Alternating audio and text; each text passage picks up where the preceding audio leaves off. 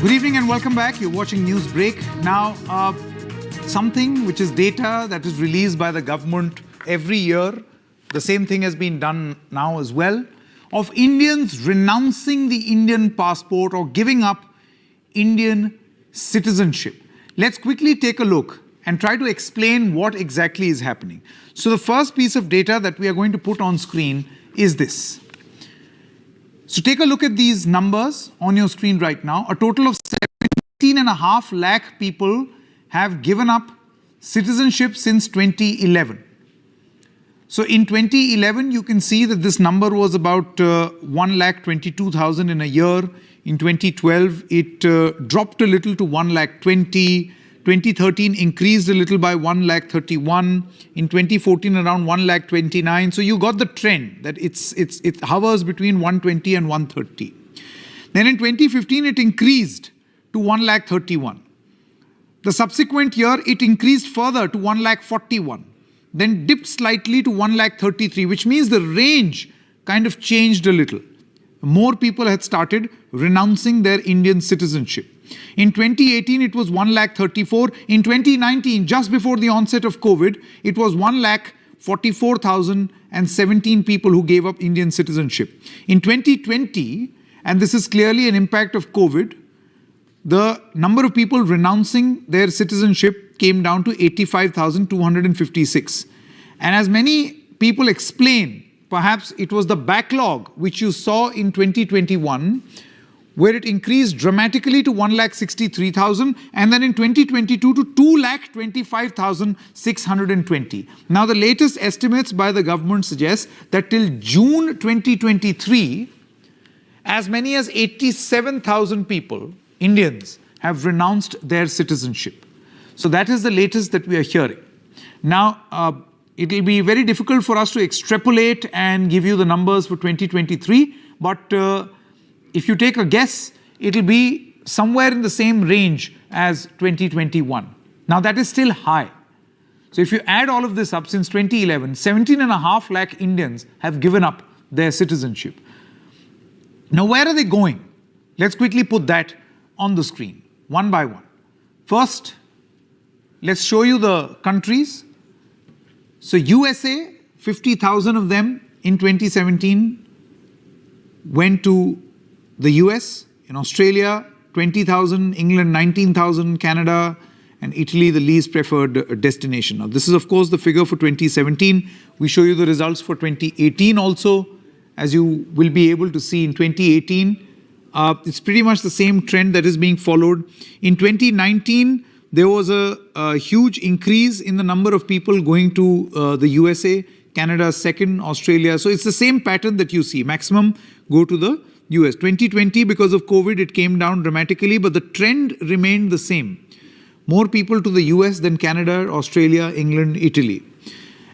And this went on significantly. Even, in fact, in 21 and 22 also, the very same pattern has followed. As you can see, in 2021, 55,000 approximately go to the US, and it's following the same pattern. Australia next, Canada next, England, and then Italy.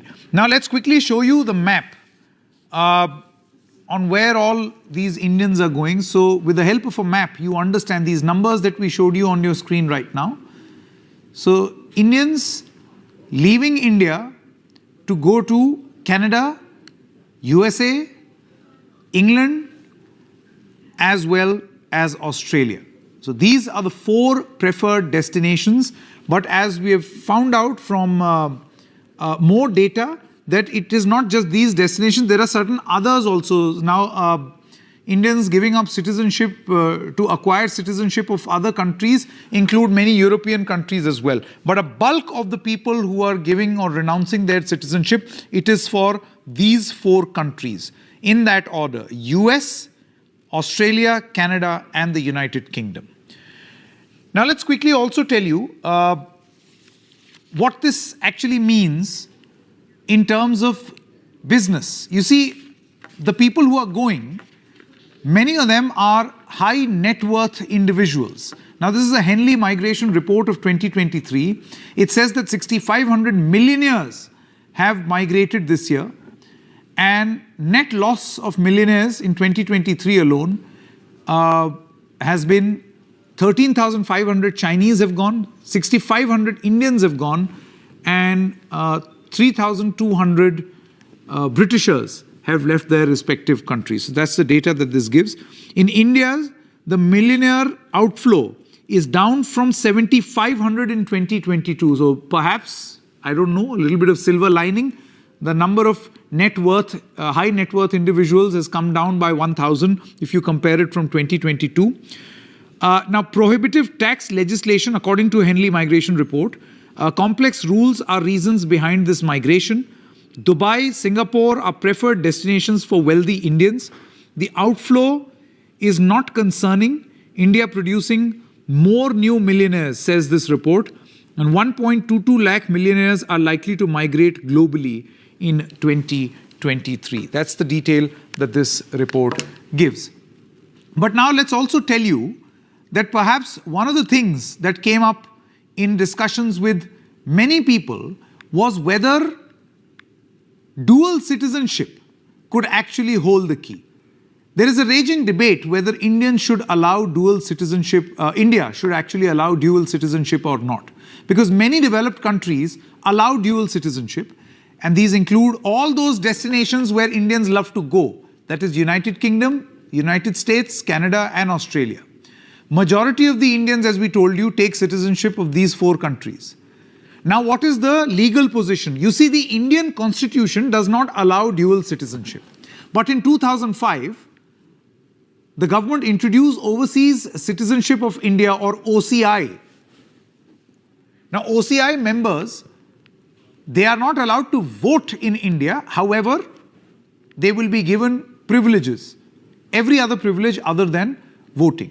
Now, in 2010, the Dr. Manmohan Singh government tried to consider voting rights for NRIs, which means there is a rule. You are eligible to vote even if you are not staying in the country, but you have to hold the Indian passport. So again, the same problem comes again. So if you renounce your passport, then you can't vote, because dual citizenship is not allowed according to the Indian constitution. Now, does this become a case perhaps to stop so many people? It's not a good number, 17.5 lakh people going away is not good. But what does this mean? Let's very pragmatically discuss this.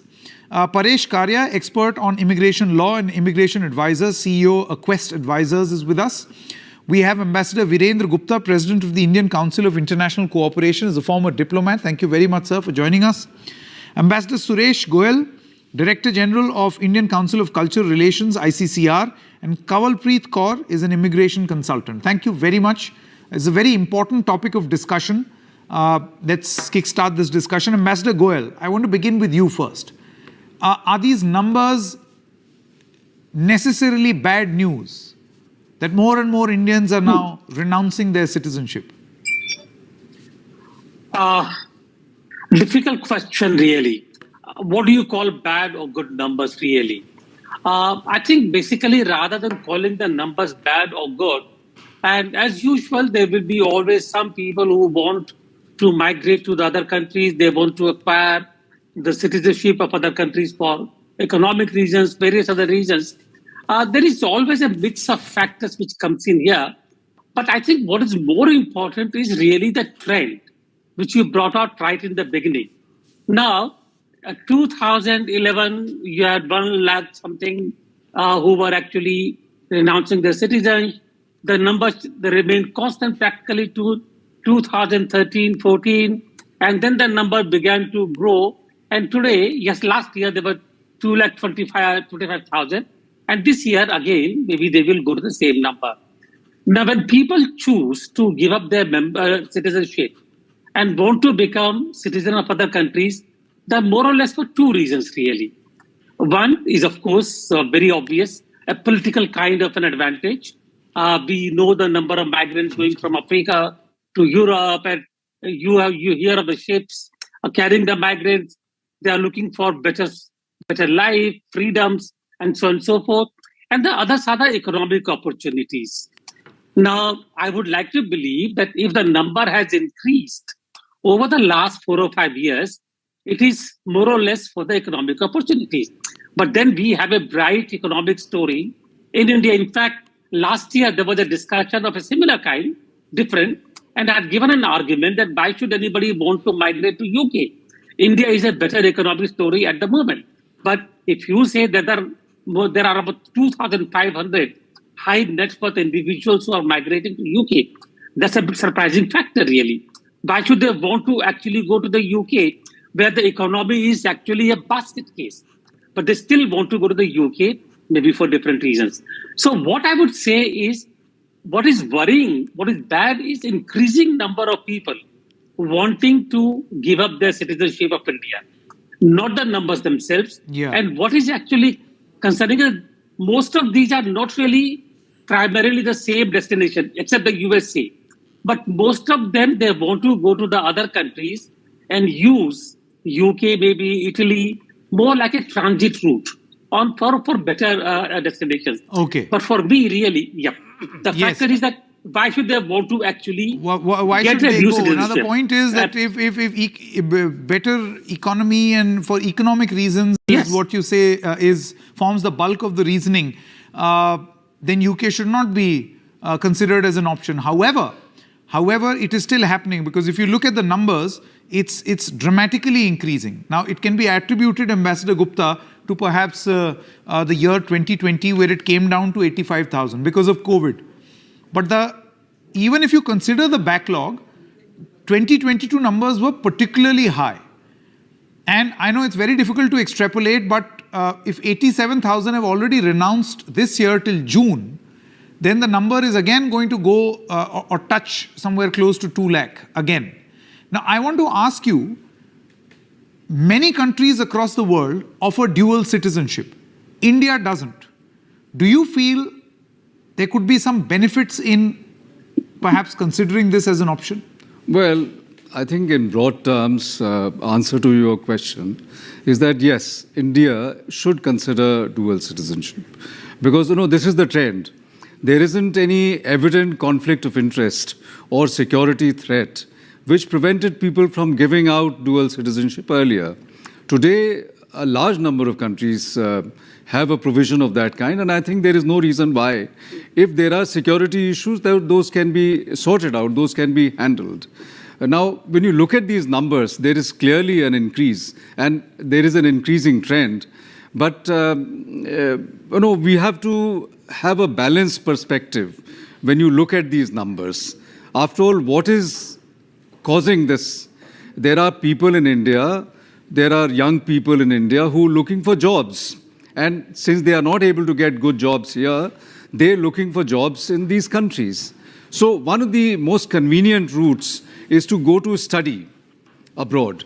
In America, if somebody were to apply for a job in America, he would not get it while sitting in India. So the most convenient route is to enroll yourself for a master's degree, and then afterwards the avenues for job, etc., open up. Now, when a person is working, and I think you have to look at it from his perspective, he finds it more convenient to have first the green card, and then following thereon a citizenship of that country. So I think one can't blame them. It does look bad to look at these figures. There are 100,000 people or 150,000 people. This year again we might be hitting 175, 200,000 people. So it just looks bad. But from their perspective, they are compelled to seek, and I think there are some positives as well. There are negatives and positives. And I think on the positive side, Sanket, I would say that they are contributing to a tremendous amount of outreach and goodwill for India in these countries. Okay. And the kind of contribution that they're making as diaspora, we all know that. Yeah, which is why I come back to the main question, Paresh Karia.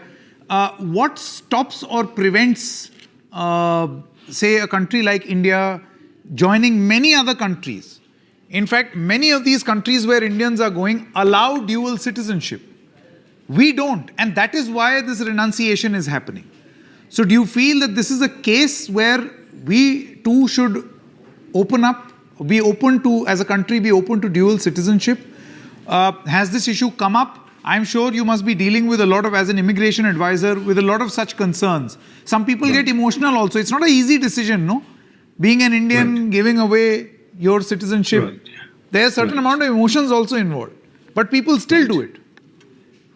Right. So, Sanket, I will come to that. But before that, let me just comment upon the numbers. We are talking about these numbers, huge numbers. But if you look at the numbers closely, you will see that it is not so alarming. First of all, if you look at the numbers over the last 10 years, the average number every year has been about 130 to 140,000, people renouncing their citizenship.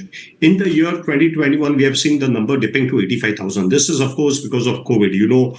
All the processing of all kind of visas had come to a standstill, and there was, the number dipped, and then we have seen a spike in the next 2 years because the backlog which was there in 2021 started getting cleared.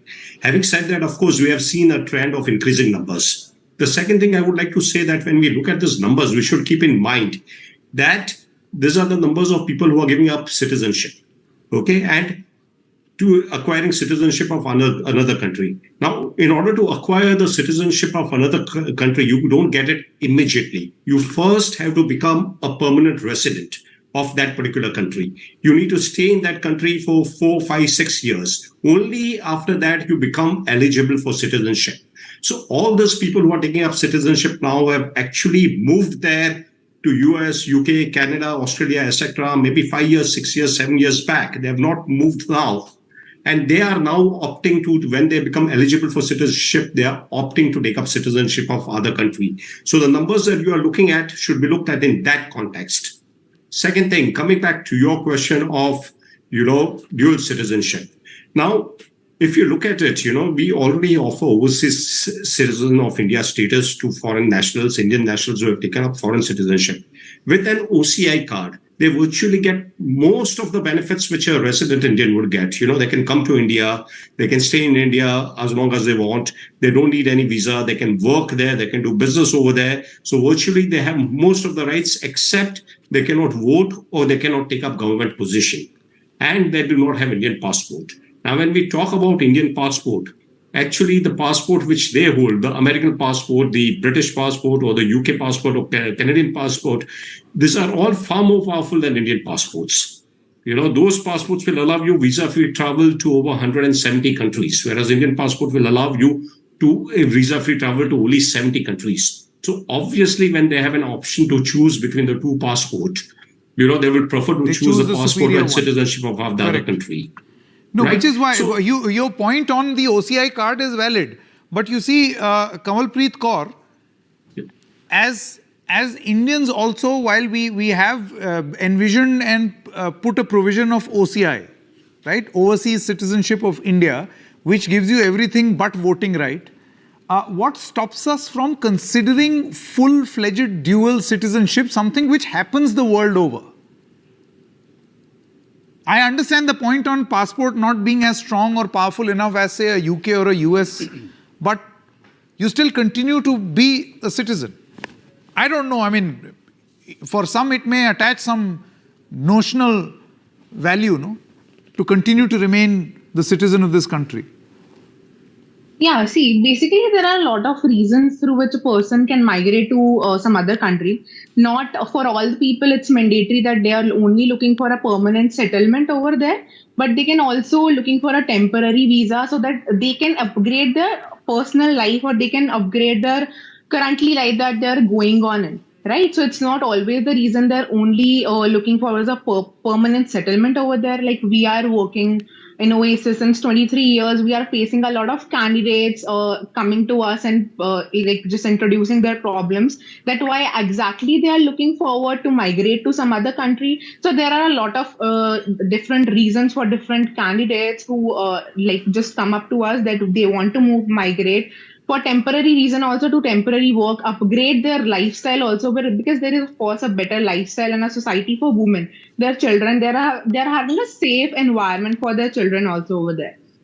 Also, as there is a currency difference, so people are working since 15 years in India. they're not currently able to build a car or build a house. But in Canada, they are able to do or work as it properly in even just 2 or 3 months as well.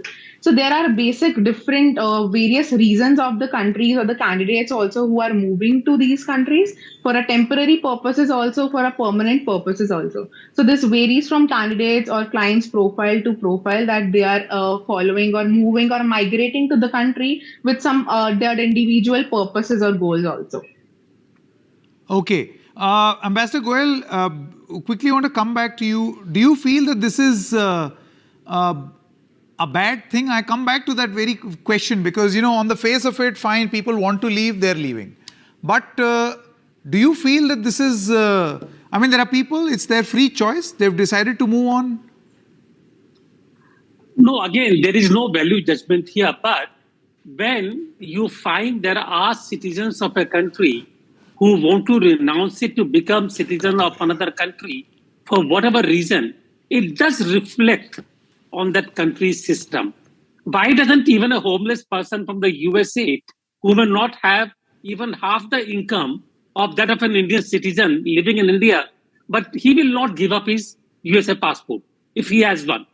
From the UK, even if the economy is doing so badly, they will not want to give up their UK citizenship or Italian or whatever it is. Why would somebody from India want to give up the Indian citizenship for a benefit of building a house or something like that in Canada? So it does reflect on that country, bad or good or whatever it is, it does. And that is actually unfortunate. Number two, as far as the substantive part is concerned, it makes no difference really because we are after all proud of a very, very young human resource who are actually active in industry, who are active in technology, who are active in economy and contributing to the economy. And we are proud of that fact.